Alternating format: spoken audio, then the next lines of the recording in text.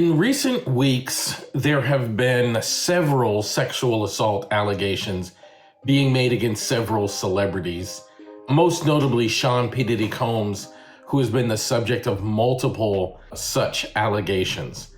And today I want to talk about why women are so hesitant to come forward with these types of allegations, why it sometimes takes years or even decades for the women to come forward. But before we go and dive into this topic, let me reintroduce myself. My name is Elliott Connie, and I'm a licensed psychotherapist. And here in the Therapist React series, I like to cover stories going on in the news and in pop culture so that we can have increased mental health and just be better in society and as individuals. And I think this story is one that we need to cover to make sure that we are living in a society where everyone feels free and feels safe. And that's currently not happening. I want to talk about why. Music mogul Sean Diddy Combs is facing new allegations of sexual assault. A woman claims the rapper drugged and sexually assaulted her in New York City back in 1991. He is denying the allegations, but these new claims come exactly 1 week after Combs settled a separate lawsuit involving his ex-girlfriend Cassie, who accused him of sex trafficking, rape, and domestic abuse. Well, Savannah, the allegations are horrific, and if you include not only Sean Diddy Combs but his associates, this is actually the third lawsuit. This one, as you mentioned, stems from 1991. A Syracuse University college student says that Sean Diddy Combs took her out to dinner, that she was drugged, and that she was drugged for the purpose of a sexual assault, and that she was so drugged that she could not fight back. There's also the accusation that the sexual assault was recorded as a form of revenge porn, and that tape was shown to several people, including a member of the 90s R&B group Jodeci. Sexual assault is obviously a very serious crime, and it's one in which the victim of the crime, usually women, they feel a sense of shame. Oftentimes they feel a sense of blame, as if the situation was their fault or they could have avoided it. And there is so much shame and a power differential that goes into this and why women don't come forward. Several years ago, there was a similar situation going on with Bill Cosby, where women from years or even decades prior were coming forward and talking about the sexual assault that had happened at the hands of Bill Cosby, usually being drugged and that sort of thing. So I don't know what Diddy is guilty of or not, and the court's going to play that out. But what I do want to talk about is why women are afraid to come forward. I've seen a lot of stories here where men are saying they don't believe these women, they're just going after power, they're just trying to get money. And when I see those stories, I'm so upset because that's exactly part of the problem. I have no idea what the motives are between these women and, in this case, Diddy are, but I wasn't there.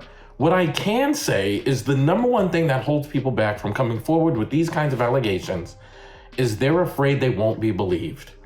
And there is nothing more dehumanizing than when people remove the power of your voice.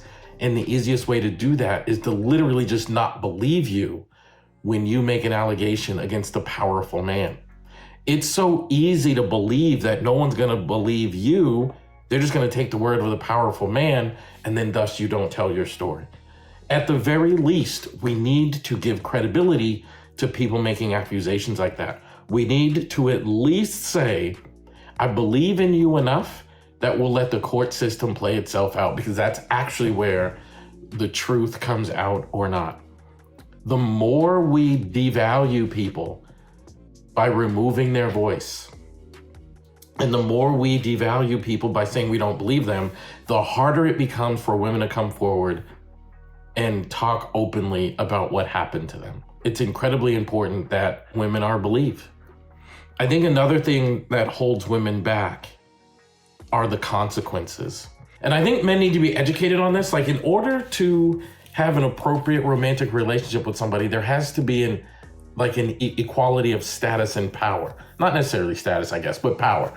So, for example, as the leader of my company, and let's say there was an intern who worked for my company. We don't have any interns, but let's just pretend there's an intern working for my company. I got a team of about 8 or 9 people, and none of them are interns, but let's say there's an intern. And the intern is really cute, and I find that intern super attractive. And I walk up to that intern and I say, I would love to take you to dinner tonight and go on a nice, wonderful date. That intern, because we have a power differential, is going to fear retribution if she says no. Let's imagine that intern does not find me attractive, does not want to get to know me, but is afraid to say no because in her head, if I say no, he may not hire me full-time.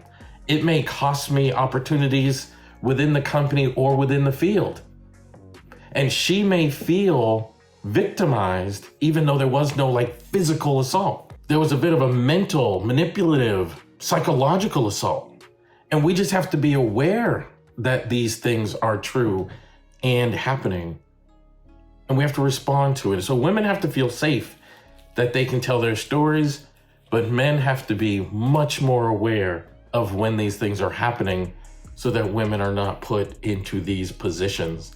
And oftentimes these kind of positions of power things are significant contributors to the dynamic. When we fear consequences, like if I tell this thing about Diddy, no one else is gonna hire me in the industry, or no one else is gonna hire me to do these things. And those are the those are the top two reasons that people don't come forward. They're afraid they won't be believed, and they're afraid of retribution.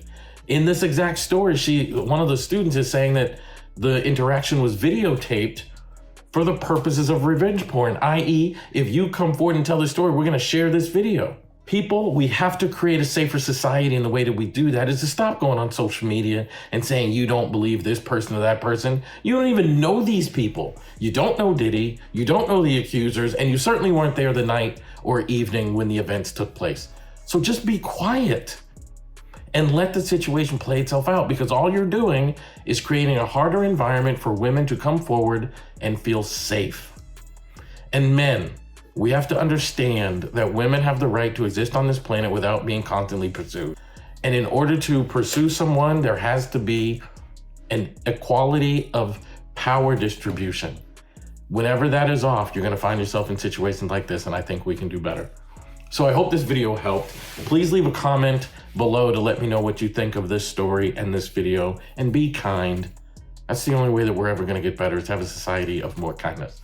So thank you for watching. Please like this video, share this video, and please subscribe to this channel. It means the world to me that some of you will just subscribe to this channel. Your support is literally how this channel exists. So hit that subscribe button and then hit the bell so you get notified each and every time we release a video here on my channel and on the Therapist Reacts series. I love you guys for being here. Thank you so much, and I'll see you in the next video. We release a video every Monday through Friday, so I can't wait to see you in the next video.